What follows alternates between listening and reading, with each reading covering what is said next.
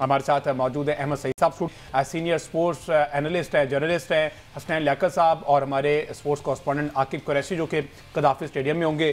उनसे हम रब्ता करेंगे और उनसे वहाँ की सूरत जानेंगे कि शायकीन क्रिकेट जो है वो PSL के बाद अब इस सीरीज़ को किस तरह से ले रहे हैं और किस तरह से इसको देखते हैं। गर्मी भी उसकी शिद्दत में इजाफा हो गया है। अच्छा, पहले आकिब से हम बात कर लेते हैं, आकिब से सूरत हाल जान लेते हैं, देन फिर अपने पैनलिस्ट की तरफ बढ़ते हैं। अस्सलाम वालेकुम आकिब।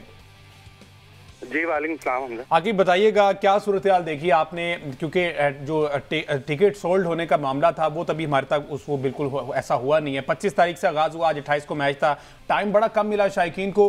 अभी की क्या सूरत हाल है? इंतजाम तो स्टेडियम के तो पहले ऑलरेडी वो फुली फर्निश्ड है, तो अभी आप क्या सूरत हाल देख रहे हैं? देखिए, मतलब तैयारियां मुकम्मल हैं पाकिस्तान बांग्लादेश की सीरीज है और पाकिस्तान की टीम की प्रैक्टिस भी जो है वो भी कम्प्लीट है। 2 रोज दोनों दिन जो है वो भरपूर किस्म की ट्रेनिंग की गई। सलमान अली आगा जो कैप्टन है उन्होंने प्रेस कॉन्फ्रेंस भी की और साथ उन्होंने इस बात का अंदिया भी दे दिया या खौफ का इजहार कर दिया कि जो सीनियर प्लेयर हैं बाबर, रिजवान और शहीन, कैटेगोरिकली उन्होंने कहा कि हम उनको मिस करेंगे। तो इसका मतलब कहीं ना कहीं कैंप में जाके इन तीनों प्लेयर की जो है बात कहीं ना कहीं हुई होगी। इससे पहले माइक हैसन ने भी जो है वो इस्लामाबाद में आके और दोनों इन 3 प्लेयर्स के बारे में जो है वो डिस्कशन की थी। शायकीन क्रिकेट के वाले से बताऊं तो बज़ाहिर तौर पर जो है कि इंटरनेशनल सीरीज है, लेकिन ये चीज सर्कमस्टांसेस में हो रही है।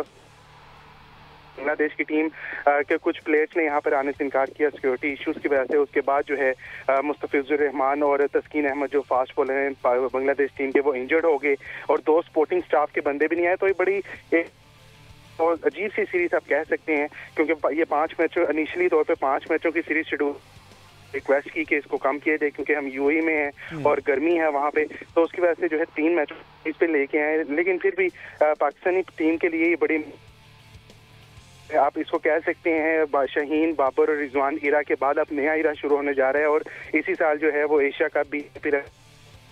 अच्छा, मेरा ख्याल एशियन कंडीशंस में रहते हुए ये जो सिक्योरिटी रीजंस है ना, ये मेरा ख्याल स्टैंड पे नहीं होने चाहिए। अब बांग्लादेश के प्लेयर जो स्पोर्ट्स स्टाफ भी कहेगा कि जनाब हमें सिक्योरिटी कंसर्न्स हैं, हम पाकिस्तान नहीं जा सकते। वैसे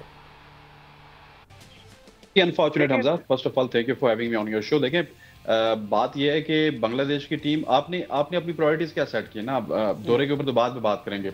आपकी अगली आने वाली सीरीज किसके साथ है? बांग्लादेश के साथ आपकी सीरीज है, आपकी सीरीज वेस्ट इंडीज के साथ है, आपकी सीरीज आयरलैंड के साथ है, आपकी सीरीज बीच में एक साउथ अफ्रीका के साथ है, और अफगानिस्तान के साथ भी एक सीरीज है। आप देखिए कि आप अगर 5 नेशंस के साथ खेल रहे हैं तो 5 की 5 नेशंस टेस्ट क्रिकेट नहीं खेलती हैं। वेस्ट इंडीज भी उस तरह से टेस्ट क्रिकेट नहीं खेलती, कभी कभार उनको टेस्ट क्रिकेट मिलती है, अफगानिस्तान को भी मिलती है कभी कभार टेस्ट क्रिकेट, आयरलैंड को भी, और बांग्लादेश एक टेस्ट प्लेइंग नेशन है और वो भी 9वें नंबर पे या 10वें नंबर पे होती है। सो आपकी क्रिकेट का जो डाउनफॉल है वो यहीं से जाहिर होता है क्योंकि आपको कोई बड़ी सीरीज नहीं मिली। अनफॉर्चुनेटली मुझे कहना पड़ेगा कि आपको अपनी FTP जब तैयार करती है ICC, तो वहां पे आपको बताना चाहिए था कि हमें कम से कम हर साल में टॉप टियर टीम जिस तरह के इंग्लैंड है, ऑस्ट्रेलिया है, उनके साथ मैचेस मिलने चाहिए। हमें न्यूजीलैंड के साथ मैचेस, न्यूजीलैंड के साथ तो हमारी इस तरह की विंडो है कि वो जब भी PSL और IPL का कोई टाकरा होता है या फिर उधर IPL जारी होती है तो वो आके हमारी तरफ खेल लेते हैं, वो भी अपनी 3rd टियर टीम बेच के, क्योंकि उनकी भी ओरिजिनल टीम IPL में खेल होती है। लेकिन ये बड़ा अनफॉर्चुनेट है क्योंकि हमने अपनी प्रायोरिटीज को सेट नहीं किया,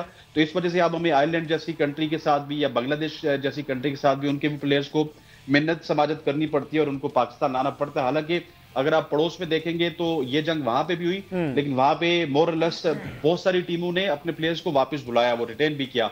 हमारे यहाँ सिकंदर रजा जैसे लोग तो आए जिनको हमने दाद दी, लेकिन डेरेल मिचेल नहीं आए, इसके अलावा मार्क चैपमैन नहीं आए, बहुत सारे ऐसे लोग आए। सो ये हमारी कहीं ना कहीं पे क्रिकेट डिप्लोमेसी की नाकामी है जिसको हमें बेहतर करना होगा और ये बड़े एंड पे होगी। ये जब तक चेयरमैन साहब नहीं करेंगे या फिर सलमान नसीर साहब या फिर कोई और, क्योंकि सलमान नसीर साहब पहले PCB में थे, अब PSL में आ गए, जो भी है ऊपर लेवल के लोगों को ये काम करना होगा और अपने तमाम तर पत्तों को अच्छे से खेलना होगा, अदरवाइज हमारी क्रिकेट का जो डिप्लोमेटिक डिक्लाइन है वो भी स्टार्ट हो जाएगा। शमीम, अब मुझे समझ लगी कि आपके एक्रेडिटेशन कार्ड क्यों कैंसिल होते हैं, आपकी एंट्री क्यों बैन होती है जब इस तरह की आप बातें करेंगे और फिर ये बातें तो होंगी। हम सही साहब, अच्छा, मैं एक पॉइंट आपके जहाँ से ऐड कर दूँ। असनान भाई ने कहा है ना कि हम टॉप 4 टीमों के खिलाफ नहीं खेलते। देखिए, टॉप 4 टीमों के खिलाफ हम अगर खेलना शुरू कर देना तो फिर तो वो जो स्टैट्स हम शेयर करते हैं ना लोगों के सामने, अच्छा, कि जी फलां प्लेयर ने इतने मैच खेले हैं, इतने विकेटें हासिल किए हैं, इतने स्कोर बनाए हैं, तो वो तो स्टैट्स हैं ही सारे। शादाब खान के विकेटें किसके खिलाफ है? हांगकॉन्ग के खिलाफ है, बांग्लादेश के खिलाफ हैं, अफगानिस्तान के खिलाफ हैं, अफगानिस्तान के खिलाफ सीरीज में शादाब को कप्तान बना के भेज दिया था। तो शादाब का स्टैट निकाल के देखें टॉप 4 टीम्स के अगेंस्ट, अच्छा। शाहीन के स्टैट्स निकाल के देखें टॉप 4 टीम्स के अगेंस्ट। तो मेरा ख्याल है कि आपको जवाब तो यहाँ मिल गया। दूसरी बात यह है कि ये जो अभी दोबारा से जाहिर है कि जब PSL होती है तो हर बार ये डिस्कशन शुरू होती है कि PSL की बुनियाद पर जो है वो प्लेयर्स को टीम में लाया जाए, और फिर दोबारा से यही बातें की जाती हैं कि शाहीन ने 19 आउट किए, शादाब ने इतने आउट किए, उसने इतने आउट किए। तो ये भी जरा देखें कि इन प्लेयर्स ने किन खिलाड़ियों को आउट किया है और किस स्टेज ऑफ द मैच के ऊपर आकर आउट किया है। तो बिल्कुल ठीक निशानदेही उन्होंने की है कि जो ये हमारी सीरीज आने वाली है बांग्लादेश के खिलाफ है, गो कि हम अब मतलब हम ये नहीं कह सकते कि बांग्लादेश हमारे लिए कोई छोटी टीम है। बांग्लादेश हमें टफ टाइम देती है। अभी बांग्लादेश हमें क्लीन स्वीप करे गई है। हम आयरलैंड गए थे, हम वहां हार गए। हम अफगानिस्तान से दुबई में खेले थे, हम वहां हार गए। तो अनफॉर्चुनेटली वो वाला जो है ना वो अब शुरू हो गया है पॉइंट के जब हमें ये वाली टीमें भी आके जो है वो टफ टाइम देना शुरू कर देंगे। उसकी वजह यह है कि हम अपना मयार खुद गिराकर यहाँ तक ले आए हैं कि हमें इन टीम के साथ कंपीट करने में ही कंफर्टेबिलिटी नजर आती है। और जब हम इन टीम के साथ हम कंपीट करते हैं तो फिर मतलब मैं बहुत मतलब दर्दमंदी के साथ बाबर, रिजवान, शाहीन को बांग्लादेश के खिलाफ सीरीज में ड्रॉप ही होना चाहिए। ड्रॉप का वर्ड चले ठीक नहीं है, उनको इस सीरीज में रेस्ट ही करना चाहिए। यही प्रैक्टिस होती थी माजी में। मसला यह है कि ये प्लेयर जब खुद शुरू हो जाते हैं ना जिम्बाब्वे के खिलाफ खेलने, बांग्लादेश के खिलाफ खेलने, तो ये चीजें नॉर्मल हुआ करती थी कि इन टीमों के खिलाफ बड़े खिलाड़ियों को रेस्ट करवाया जाता था। तो इस पर इतना ज्यादा ववेला मचाने की मेरा ख्याल है को बहुत ज्यादा जरूरत नहीं है और बाबर रिजवान से आगे बढ़ना चाहिए पाकिस्तान। बिल्कुल ऐसे ही। अच्छा हसनैन भाई, बाबर रिजवान से आगे बढ़ना चाहिए। शाहीन ने भी अपने लास्ट मैच में कहा कि जनाब एक तो टॉप परफॉर्मर उस टीम के कप्तान भी बन गए, उन्होंने एंड पे बड़ा अच्छा परफॉर्म भी किया। अपार्ट फ्रॉम दिस के वो विकेटें किसकी थी, टेल एंडर या जो भी थी व्हाट्सएवर, आप समझते हैं कि जहां इन तीन को रेस्ट दिया गया वहां पर हारिस रऊफ और नसीम को भी थोड़ा सा रेस्ट देना चाहिए था? नसीम चूंकि आप पिछले 2-3 मैचेस हमने देखा स्ट्रगल भी किए, उनको जो शोल्डर की इंजरी की वजह से वो अपनी फुल स्ट्रेंथ पर बॉलिंग नहीं कर रहे थे, तो उनको भी थोड़ा रेस्ट दे देते।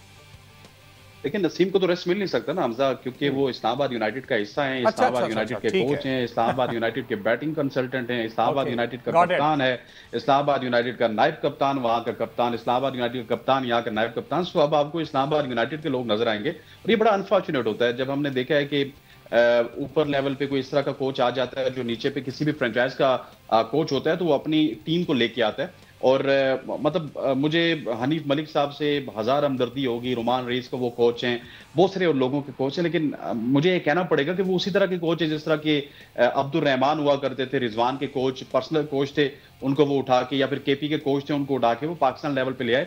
मतलब यार पाकिस्तान की कोचिंग अब वो वाले लोग करेंगे जिन्होंने इंटरनेशनल अरीना में कुछ भी नहीं खेला, एक मैच नहीं खेला, दैट इज वेरी अनफॉर्चुनेट। और ये जिस तरह आपने बात की है कि क्या नसीम को ड्रॉप नहीं होना चाहिए था, हारिस रऊफ को, मैं समझता हूँ कि नसीम शाह का जितना बड़ा एडवोकेट में था कोई नहीं था, लेकिन अब it's a time to drop him and tell him कि आपकी पेस खराब है, आपका दिमाग खराब है, आपकी प्रायोरिटीज खराब है, आप कमर्शियल से निकलिए।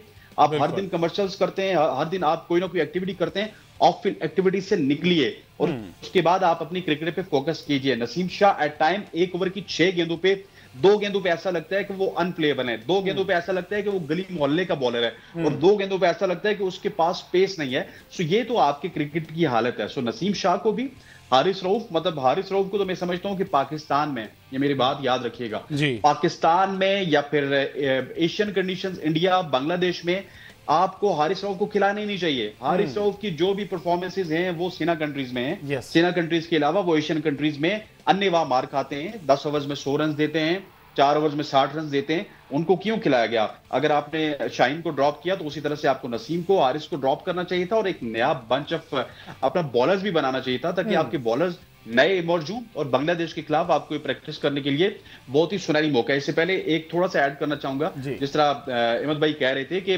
बड़े प्लेयर्स रेस्ट करते थे, बाबर और रिजवान की प्रैक्टिस नहीं थी, वो जिम्बाब्वे के खिलाफ भी रेस्ट नहीं करते थे, वो वेस्ट इंडीज के खिलाफ भी रेस्ट नहीं करते। तो मैं थोड़ा सा अगर आपको पीछे ले चलूं तो जो बड़े दौरे होते थे ना, मतलब इंग्लैंड के, ऑस्ट्रेलिया के, यहाँ पे इंजमाम उल हक हो गए, यूसुफ हो गए, यूनस हो गए, ये जाते हुए कतराते थे, कभी किसी को इंजरी हो जाती थी, कभी क्या होता था, और नए प्लेयर्स को, हसन रजा जैसे प्लेयर्स को, यासिर अमीन जैसे प्लेयर्स को, इन प्लेयर्स को आजमाया जाता था, और वो फिर जब नए प्लेयर्स फेल होते थे तो फिर आके एशियन कंडीशन में खेलते थे। और पाकिस्तान की एक बड़ी लंबी चौड़ी हिस्ट्री है कि जहां पे मुश्किल कंडीशंस होती हैं, बड़ू को सवाल के साइड पे रख दिया जाता है, आसान अदब हो, आसान कंडीशंस हो तो बड़ू को उठा के सामने रख दिया जाता है।